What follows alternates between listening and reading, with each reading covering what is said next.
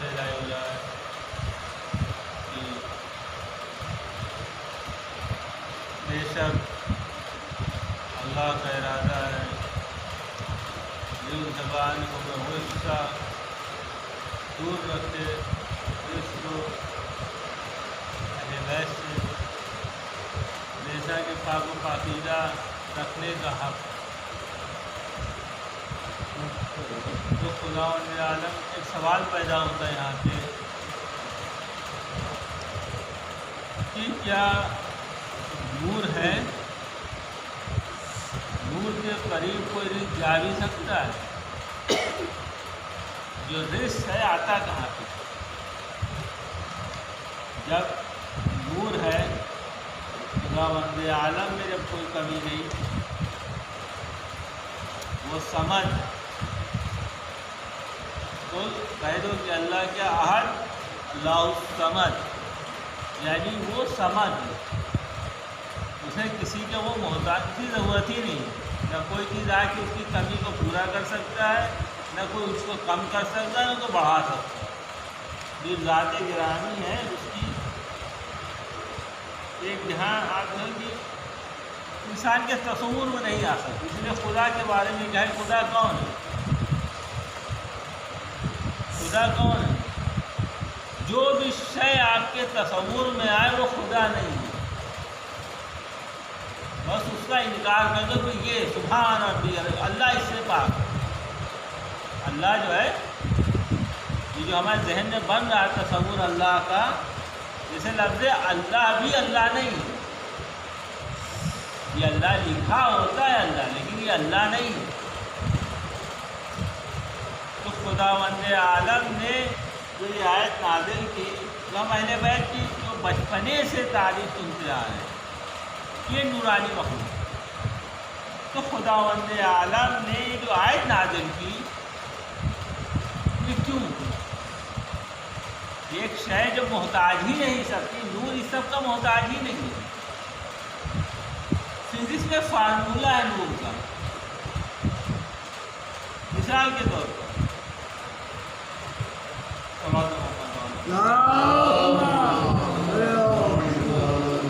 کہ نور کے مقابلے میں کوئی نہیں آ سکتا، نور کے مقابلے میں کوئی نہیں آ سکتا، وہ فنا ہو جائے گا۔ نور کے مقابلے میں جو آئے گا وہ فنا ہو جائے گا، اور اس کے برابر کوئی نہیں چل سکتا، نور کے برابر تو چل ہی نہیں سکتا۔ جیسے ہمیں کسی چیز کا تعاقب کرنا ہے، پیچھا کرنا ہے، تو اس سے زیادہ ہماری رفتار ہونی چاہیے، ہماری ایکٹیویٹی اس سے تیز ہونی چاہیے۔ اگر اس پر ہمیں قدرت رکھنی ہے، اسے وزٹ بنانی ہے، تو اس سے زیادہ ہمارے پاس پاور ہونی چاہیے۔ لیکن ظاہر نور سے زیادہ کوئی طاقتور ہے ہی نہیں، جب اس سے زیادہ کوئی طاقت ہے نہیں تو ہم اس پر کیسے قابو پا سکتے ہیں؟ کسی بھی اعتبار سے ہم نور کے آگے عاجز ہیں۔ اللہ نے ہمیں ایسا خلق کیا ہے مادے کو کہ نور کے آگے خالی ہے۔ تو اب یہ جو رزق کا ذکر ہو رہا ہے اہل بیت، ایک جائے اللہ نور تھا، چھپا ہوا نور تھا، اس نے اپنے کو ظاہر ایک نور پیدا کیا، اس نور کے ذریعے اپنی معرفت کرائی بندوں کو۔ یہ سارے مسلمان اس بات پہ یقین رکھتے ہیں جتنے قرآن کے ماننے والے ہیں۔ تو عزیزان گرامی، یہاں جو رزق کا ذکر ہو رہا ہے کہ تمہارے رزق آ کیسے سکتا ہے؟ تو خداوند عالم نے جو اہل بیت کو دنیا میں بھیجا ہے، خداوند عالم نے جو اہل بیت کو ہماری ہدایت کے لیے، ہدایت کے معنی کیا ہے؟ ہمیں کمال تک لے جانے کے لیے۔ کمال کیا ہے؟ جس لیے اللہ نے پیدا کیا اس کمال کو پورا کر دیا۔ اب اللہ نے کس لیے ہمیں پیدا کیا؟ جب روز اول ہماری خلقت ہوئی تو فرشتوں نے کیا کرتے؟ پہلے کسے بنا رہے تھے؟ نہانو نقدس ہو، ہم تیری تصدیق کرتے ہیں، یعنی اپنا جو دعویٰ کیا ہم پاکیزہ ہیں، تیری پاکیزگی بیان کرتے ہیں۔ تو پاکیزگی کیا زبان سے کر رہے تھے؟ کوئی فرشتے کی جو ایکٹیویٹیز ہے اپنی بتا رہے تھے کہ ہمارا خالق بہت ہی پاکیزہ ہے۔ میں مثال پیش کروں، ایک بچہ ہے وہ بدتمیز ماحول میں پلا ہے، ایک بچہ شریف ماحول میں پلا ہے، تہذیب کے گہوارے میں اس کی پرورش ہوئی ہے۔ اب وہ جو سماج میں آئے گا تو انسان سمجھ جائے گا یہ بچہ کہاں سے آیا ہے۔ سلام کیا، آداب کیا، تمیز سے بیٹھ گیا، کوئی بدتمیز نہیں، کوئی فساد نہیں، یعنی وہ جو بچہ آئے گا معاشرے میں فساد نہیں پھیلائے گا۔ دوسرا بچہ جو شریف ماحول میں نہیں رہا ہے، اس کو خدا کی تربیت نہیں ہو پائی اچھی طریقے سے، وہ کیا ہے کہ وہ جب معاشرے میں آ جائے گا تو فساد پھیلائے گا۔ اور جو بچہ تربیت یافتہ ہے، اچھے ماحول کا ہے، پاکیزہ ماں باپ کے یہاں سے آیا ہے، پاکیزہ شریر سے آیا ہے، تو کیا بتا رہا ہے کہ ہم پاکیزہ ہیں، یعنی وہ صالح ہے، یعنی وہ اصلاح کرے گا۔ تو قرآن میں ہم دیکھیں کونوا مع الصادقین، سچوں کے ساتھ ہو جاؤ، صالح کے ساتھ ہو جاؤ، صالحین کے ساتھ ہو جاؤ۔ یہ صالحین کون ہیں؟ تو یعنی وہ تربیت یافتہ لوگ جن کے ساتھ ہم صالح بنیں گے، فساد نہیں پائیں گے۔ تو فرشتوں نے بھی یہی کہا کہ پالنے والے ہم تیری تقدیر بیان کریں، ہم دنیا میں جائیں گے، تو مجھے خلیفہ بنائے گا، تو خلق خدا تجھے دیکھے گی تو کتنا پاکیزہ ہے، کیونکہ ہر صانع، ہر مخلوق اپنے صانع کا پتہ دیتا ہے کہ اس نے بنایا، اس کے بعد دماغ کی تجربہ پڑا جو ہے، اس سے معلوم ہوتا ہے اس کا انجینئر کتنا قابل رہا ہوگا۔ کوئی بھی چیز ہمیں بتا دے کہ ہمیں بنانے والا کون ہوگا۔ تو عزیزان گرامی، تو انہوں نے فرشتوں کہ ہم تیری تقدیر بیان کریں گے، ہم تیری پاکیزگی بیان کریں گے، تو ہمیں بنا۔ تو اللہ نے کہا جو میں جانتا ہوں تم نہیں جانتے۔ اللہ نے کیا کہا تھا کہ جو میں جانتا ہوں وہ تم نہیں جانتے ہو۔ بھائی مثال ایسے ہی ہے جیسے کوئی بچہ آئے، بہت ہی فسادی خرافاتی بچہ ہو، آئے پرنسپل کے پاس کہ صاحب یہ تو فیل ہو جائے، اس کو ایڈمیشن نہ دو، کیا اس کی آپ نے ایڈمیشن نہ دیجیے، یہ کچھ نہیں کر پائے گا، یہ آگے نہیں بڑھ پائے گا، فیل ہو جائے گا۔ اور بہت ہی قابل، جہاں خطا کی گنجائش نہ ہو، ایسا ٹرینر جو کہے کہ یہ بچہ پڑھ نہیں پائے گا، ایسا اسکول بدنام ہوگا، آپ کی کلاس بدنام ہوگی، زمین پر مطلب فساد پھیلے گا، یہ بچہ یہ نہیں کر پائے گا۔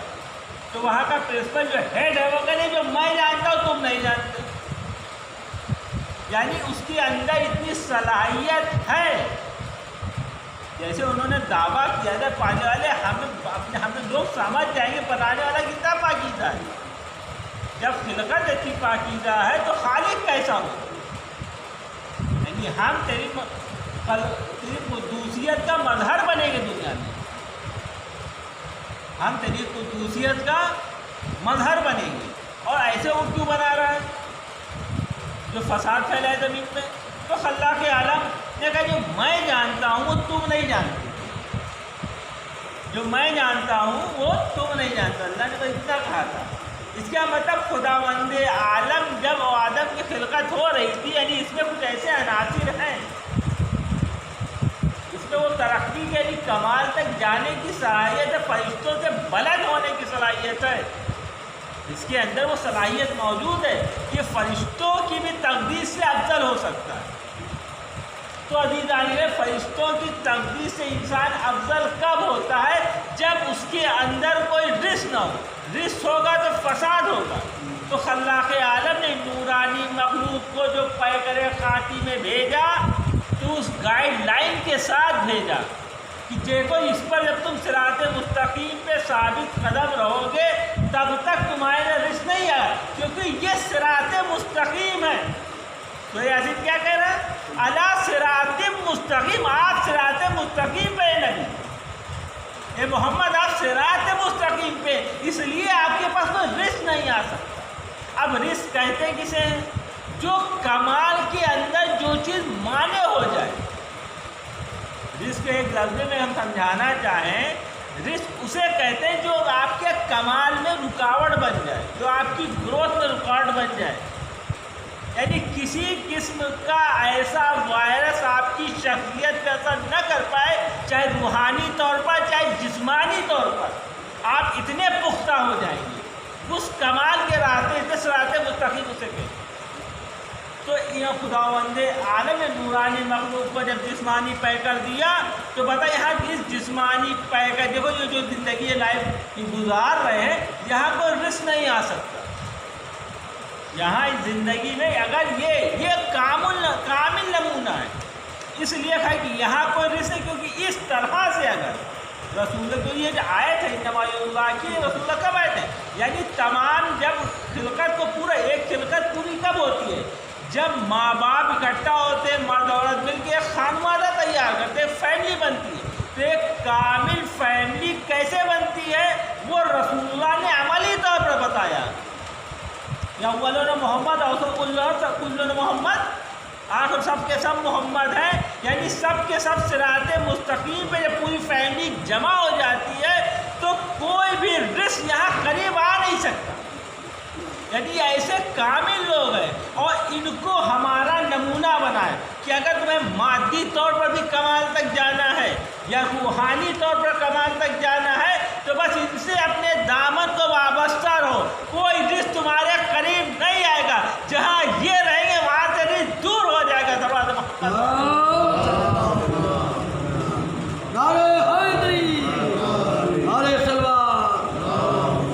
بس ہماری کمی کیا ہے کہ ہم ان سے وابستہ نہیں ہوتے ہیں.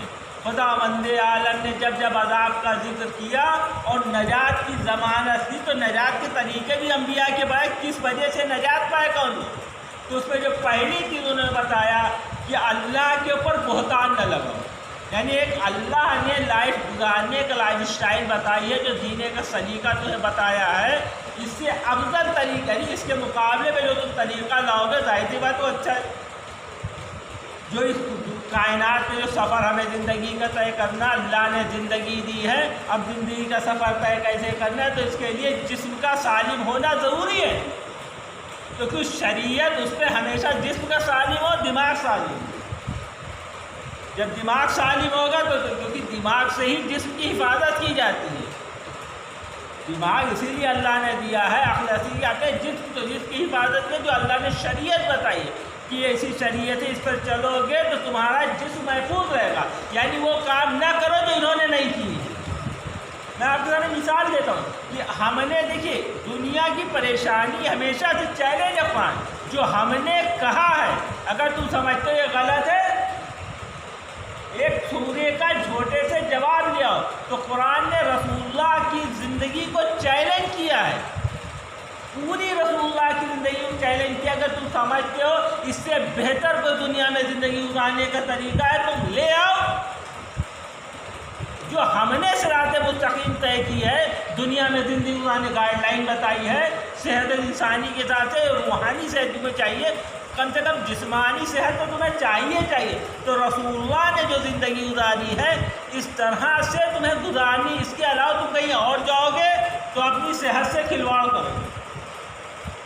مثال کے طور پر آپ دیکھیے خدا دنیا نے کیا کہ کبھی رسول اللہ کی بات کے ہمیشہ خلاف یہ لوگ ہیں. انہوں نے کبھی یہ نہیں بتایا کہ یہ ایک وائرس ایکٹیویٹ کیسے ہوتا ہے. ایک وائرس ایکٹیویٹ کیسے ہوتا ہے یعنی ایک ڈسک جب انسان کے ڈسک کیوں ایکٹیویٹ ہوتا ہے بھائی دنیا میں کوئی وائرس ہے ایکٹیویٹ کیسے ہوتا ہے اس پہ کبھی نہیں بتائیں گے وائرس ایکٹیویٹ کیوں رہا. ہاں وہ بتائیں گے میرے پروڈکٹس خریدو تمہارے ایڈس نہیں ہوگا صلوات محمد ہمیشہ یہ بتائیں گے ہمارے پروڈکٹس کا استعمال کرو اس سے بچے رہو گے.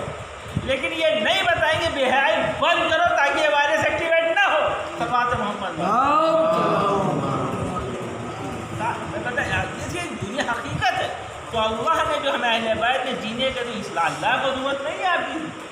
خدا نے دنیا میں بھیجا ہے تو ہمارے لیے سب پیدا کیا ہمیں کسی کے لیے سب ہم سب کا ہمیں قدرت دے کے بھیجا تھے تمہارے پاس. لیکن جب کب قدرت رہے گی جب تم اس صراط مستقیم پہ رہو گے. جب یہ راستہ چھوڑ دو گے تمہارے ہاتھ سے نہ دین رہے گا نہ دنیا رہے گی سب چلا ہے. اور دیکھیے امام حسین جو کربلا سے کے لیے سفر کر رہے ہیں تو بتانے کے لیے یہی وہ مدینہ تھا یہی وہ مدینہ جب رسول اللہ پہ فدا ہو رہا تھا. ایک وہی مدینہ ہے کہ آج حسین مدینے سے جدید جیسا حاکم بن گیا. ہمارے جھگڑا ہوتا ہے نا صحابی افضل جدید کون سا صحابی تھا بتائیے. یزید کوئی صحابی تھا؟ صحابہ کی موجودگی میں افضل کیسے ہو گیا؟ عالم انسان لمحہ فکریہ ہے کہ یہ غیر صحابی صحابیوں سے افضل کیسے ہو گیا؟ کہ سارے صحابہ مر چکے تھے؟ جو یزید کو خلیفہ نامنیٹ کیا جا رہا تھا، کہاں گیا وہ خلافت کا انتخاب؟ کہاں گئی وہ شورا؟ کچھ نہیں۔ تو یہ سب جو آپ نے نظام بنائے تھے وہ امامت کو دکھانا تھا کہ دیکھو تم نے جو بہت جس کا تم نے ڈھنڈورا پیٹا تھا، ہم نے یہ کہ بہت اچھا نظام پیش کیا، دیکھو اس کا جنازہ کیسے نکلا ہے۔ آج تم خود گرفتار ہو اس میں، تم نے جو نظام بنایا تھا اس میں تم خود مرے جا رہے ہو۔ آج جدید تمہارے سروں پہ مسلط ہے، تم نہیں بول پا رہے ہو، کرا رہے ہو، لیکن خود پھندا ڈالا ہے۔ تو کیا حقیقت ہے؟ جو تم نے نظام تو اپنے بنائے ہوئے خود ساختہ نظام کو جو اللہ نے ولایت اسی لیے جو بھیجی تھی، تو رسول اللہ کی ولایت کو جو غدیر میں پیغام بھیجا تھا، اس پیغام کو چھوڑ کر تم نے اس کے غیر کی اطاعت کی، تو آج دیکھو تمہارا نتیجہ کیا ہوا کہ آج یزید تم پر مسلط ہو گیا، تم کیوں نہیں کر پا رہے ہو؟ یعنی جانتے ہو بد کردار فاسق ہے۔ ارے جو امام حسین کے قتل کے بعد جتنی بغاوتیں ہوئی ہیں عالم اسلام میں، تو کیا سب نہیں؟ کوئی آج کا میڈیا سے ایک دم سے اوپن ہو گیا سب چیزیں، سب جان رہے تھے کون ہے کیا ہے۔ اور امام حسین جو وہ بھی یاد رکھے، جو حق کا ساتھ نہیں دیتا ہے وہ بھی باطل کی مدد کرتا ہے۔ جو حق، اسی لیے ظلم کرنا گناہ، ظلم کا ساتھ دینا گناہ، ظلم پہ راضی رہنا گناہ، بلکہ اس کو دوہری سزا، ایک تو ظلم کرنے کی، ساتھ دینے کی، ایک ظلم کرنے کی سزا۔ اور یہی لوگ ہوتے ہیں، یہ بڑے خراب لوگ ہوتے ہیں۔ امام نے ہماج الریا کہا ہے، یہ خسو کوڑا کٹر ٹائپ کے لوگ جو ہوتے ہیں، یہ ان کے اوپر باطل ناشتا ہمیشہ۔ یہ جو بے عقل لوگ ہوتے ہیں نا، ان کو کوئی مطلب نہیں، ان کے اوپر باطل جو کہتے ہیں ہم سے۔ آپ دیکھیں امام حسین کا دور بھی ایسے لوگوں کا تھا، وہ جانتے تھے غلط ہے، یدی امام حسین صحیح ہے، لیکن ہم سے اپنے کو بچا رہے تھے، ہمت نہیں کر رہے تھے۔ ان کے سر پہ یزید کی حکومت کھڑی تھی، یزید کی حکومت کو اوپر سے نہیں آئی تھی، اللہ میاں نے اس کو پاور دیا تھا، ان لوگوں نے اوپر اس کو یزید کو اٹھا دیا، اتنے گر گئے یزید ان کے سر پہ سوار ہو گئے۔ یہ آتا کہ خلیفہ رسول کہا جاتا تھا، امیر المومنین۔ آپ تصور نہیں کر سکتے کہ آج کسی کو کہے تو نماز اس کے پیچھے ہم نہ پڑھیں، کسی ایسے آدمی پیچھے کسی مسجد میں گرے سے گرا مسلمان ہوگا، آج جا کے نماز نہیں، ایسے پیچھے یزید کی بیعت کر کے اس کو امام مان رہے تھے، خلیفہ مان رہے تھے۔ عزیزان، اس جمود کو توڑنے کے لیے تو تم جو ریا سے نکلو، اور تم نہیں کرو، تمہارا کیا حال ہے تم خود ہی جانتے ہو۔ بعد میں مدینے والوں کا کیا حال ہوا؟ اگر یہ سب امام حسین کے ساتھ کھڑے ہو جاتے تو عالم اسلام کا منظر ہی دوسرا ہوتا، لیکن یہ نہیں کھڑے ہوئے، امام حسین کا ساتھ نہیں دیا۔ بعد میں کیونکہ آپ بچ گئے، حق کا ساتھ نہیں دیا تو کیا ہوا؟ کوفے کی عورتوں نے جو کہا تھا کہ نہیں ہم بچا لیں گے اپنے مردوں کو، مسلم سے بچا کے لائے تھے، کیا ہوا؟ اس کے بعد حشر کیا ہوا ان لوگوں کا؟ سب کا تاریخ نے لکھا ہے۔ اور پھر حجاج بن یوسف نے اتنی بری طرح ان کو مارا ہے، وہ جو شیعت کا دعویٰ کرتے تھے ان کو مارا ہے۔ آپ یاد رکھیے گا، حجاج بن یوسف نے ان کو نہیں مارا، جو بنی امیہ کے لوگ تھے ان کو مارا، جو شیعت کا دعویٰ کرتے تھے، کیا جھوٹا ہی دعویٰ تھا ان کا، ڈھونڈ کے مارا اس نے۔ اگر یہی سب امام کے ساتھ کھڑے ہو جاتے تو کربلا کا نقشہ دوسرا ہوتا۔ عزیزان کا بس امام حسین اسی جمود کو توڑا تھا۔ ہمیں بیدار دیکھیے، یہ زندگی بڑی قیمتی ہے، اس لیے جو بھی ہماری زندگی سے ٹکراتا ہے چلیے ساکت، اگر روزہ واجب ہے لیکن اگر مضر ہے تو حرام، پانی سے وضو واجب ہے لیکن انگلی میں تھوڑا سا ہلکا سا درد زخم نہیں صحیح ہوگا، یہ لگے تو حرام میں وضو کرنا۔ عزیزان گرامی، احتیاط دوسری چیز ہے، شریعت تم سے زیادہ تمہارے جسم کی حفاظت کے بارے میں بتائے، لیکن عزیزان ہماری پریشانی کہ ہم بڑی بڑی چیزیں نہیں جھیل رہے اور چھوٹوں پہ دھیان دے رہے، ہم اپنے حرام کام کو نہیں بند کر رہے، ہم بے غیرتی کو، بے حیائی کو۔ آپ دیکھیے تو قرآن نے جو بتایا کہ دیکھو تم پہلے حرام کام چھوڑو اور بااخلاق بنو، متقی بنو، تقوی اختیار کرو گا، تمہیں نہ تقوی ہے کیا؟ تقوی عزیزان کرام اس کو ایک لفظوں میں کہ دوسرے کے بارے میں اچھا سوچو، اگر کسی کا فائدہ نہیں کر سکتے تو نقصان نہ کرو، کم سے کم اس کے لیے دعا کرو۔ ہم لوگ اللہم بسم اللہ فقیر اللہم اللہ مریض جو بیٹھے دعا کرتے ہیں، ہمیں ہمارے پوری انسانیت کے لیے تم مفید بن جاؤ، سب کے بارے میں، نہ کہ ہم اپنے بھائی بہن رشتے دار پڑوسی قوم کا ہے. دیکھیے کیا بے حیائی ہماری ہے. تو ہماری دعا کہاں قبول ہے آپ سوچیں. تقویٰ ہے دوسرے مولا متقی تھے، مولا ایثار سکھاتے رہے ہوئی امام المتقین ہے. تقویٰ کیا ہے؟ اپنے سے اچھا دوسرے کے بارے میں سوچو، اپنے ایثار پیش کرو، دوسرے کو حق دو، لیکن اس کا حق ہم مار کے بیٹھے ہیں مومن ہے. یہ چیز تمہیں عذاب سے بچائے رکھے گی. تیسری سے اللہ پر توکل کرو. یہ زندگی اللہ نے دی ہے، اس کے علاوہ تمہیں کوئی نہیں لے سکتا. صحت اللہ کے ہاتھ میں، رزق اللہ کے ہاتھ میں. اتنے فساد نہیں ہو رہے. دیکھو ہمارے قدرت میں، دیکھو جو ابراہیم کا واقعہ دیکھ لو، یہی چھری کا کام تھا، زندگی کو ختم کرنا. نبی خدا چھری چلا رہے ہیں خلوص کے ساتھ. نبی خدا لیٹے گواہ ہونے کے لیے، نہ وہ کٹ رہے نہ چھری چل رہی ہے. دیکھیے عزیزان گرامی، ایک ہے دنیا اسباب کی، ایک ہے دنیا اسباب کی. یہ کرو گے تو یہ ہوگا، یہ کرو گے تو یہ ہوگا. لیکن عزیزان گرامی پوری دنیا اسباب پہ ہے، لیکن اس پر حاکم مسبب الاسباب ہے. یاد رکھیے ابراہیم کے واقعے میں یہی سب سے بڑا درجہ ہمیں سے ملتا ہے. یہ اسباب ہے، یقیناً ہم نے اسباب پہ پوری دنیا بنائی، لیکن اس پر حاکم ہیں ہم ہیں. اگر ہماری مرضی نہیں ہوگی تو چھری نہیں کاٹ سکتی. تو عزیزان کوئی بھی چیز ہو اللہ سے بڑھ کے نہیں ہے. امام نے وعدہ کیا ہے، یہ اسباب ہیں، مسبب الاسباب کے نمائندے ہیں. اس نے وعدہ کیا تھا کہ مزہ کو بچائیں گے. رسول اللہ سے جو پہلا وعدہ شہزادی سے رسول اللہ نے کیا تھا، کیا کیا تھا؟ کون ہوگا؟ کوئی نہیں ہوگا. کہ مدد کون کرے گا؟ علی ایک عمد کریں گے، ایک بیٹا ہوگا، اس کا نام عباس ہوگا، وہ مدد کرے گا. تو فاطمہ زہرا نے کہا کیا تھا؟ بابا وہ میرا بیٹا ہوگا، عباس سے میں پالوں گا، وہ میرا بیٹا ہوگا. عزیزان گرامی جو فاطمہ زہرا، آپ تصور کریں فاطمہ نے کہے میرا بیٹا ہوگا، کس لیے؟ جو حسین کی مدد کرے گا. تو بابا میرے لال پہ روئے گا کون؟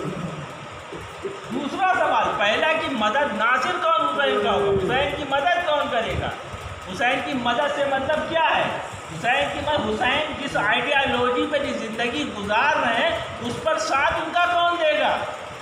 اس کو سچے دل سے کون قبول کرے گا؟ اس شریعت کو، جس شریعت کے لیے حسین قربانی دے رہے ہیں، اس کے ماننے والے کون ہوئے؟ کہ نصرت علی کا بیٹا عباس ہوگا، جو عمل کر کے اس طرح بتائے گا کہ حسین ہے امام ہوتا کیا ہے.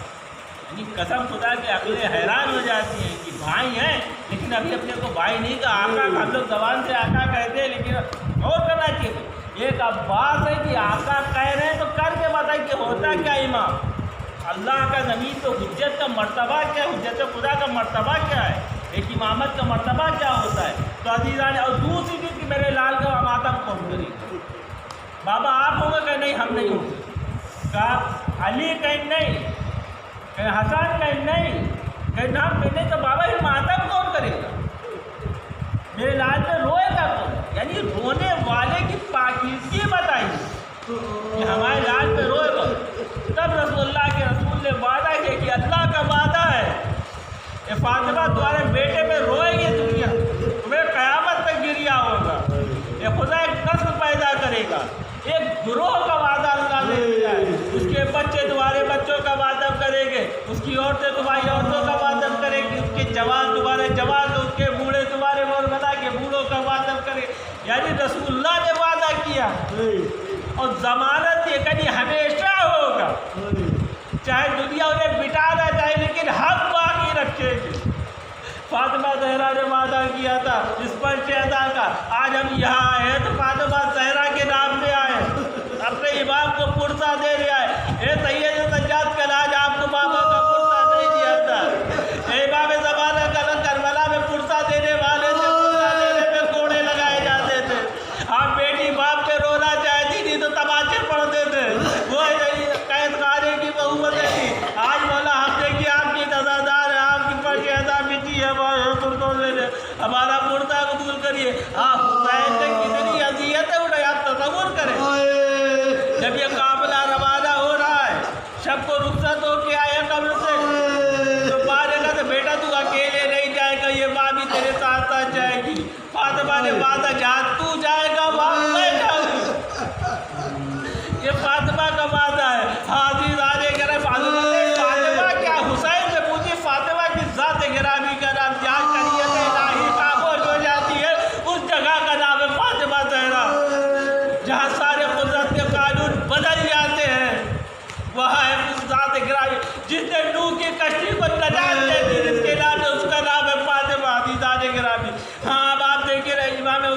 عورت ہونا چاہتے ہیں، لیکن ایک بیٹی ایک اور فاطمہ سغرا جو رو رو کے ضبطے کری بابا مجھے کیوں نہیں لے جا رہے، میں بابا کی جدائی برداشت نہیں کر پاؤں گی۔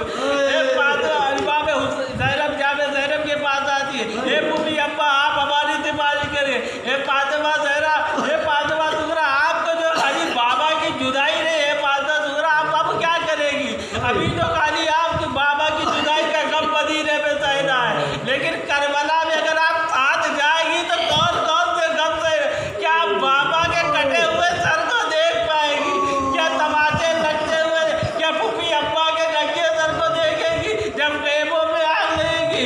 اسیری ہے فاطمہ زہرا، آپ کیا کیا بس ابھی تو خالی ایک غم آپ سے برداشت نہیں ہو رہا، لیکن جب زینب آتی ہے امام حسین اے پہلی میری بیٹی فاطمہ سغرا میری بات سے سب سے زیادہ مشابہ ہے، اب یہ سب تو برداشت کر سکتا ہوں، ارے خوب و شام کا منظر ہوگا، ایک منادی ندا دکھاؤ تماشا دیکھو، ارے ایک وہ وقت آئے گا اے بھائی جب تم پیر کار کر دو گی کہ دربار میں میں نہیں جاؤں گی تو میں تم سے تو کہہ دوں گا کہ چلی جاؤ میں، لیکن میں اپنی ماں فاطمہ زہرا کی شبی سے کہہ دے کہوں گا میری ماں کی شبی دربار میں چلی جاؤں۔ اللہ یقوم الظالمین وسع علی الذین ظلموا احمد آیت گزارش اکبر ہم 3 بار سورہ توحید اتراکھا کا معاہد کو ارسال فرما دے۔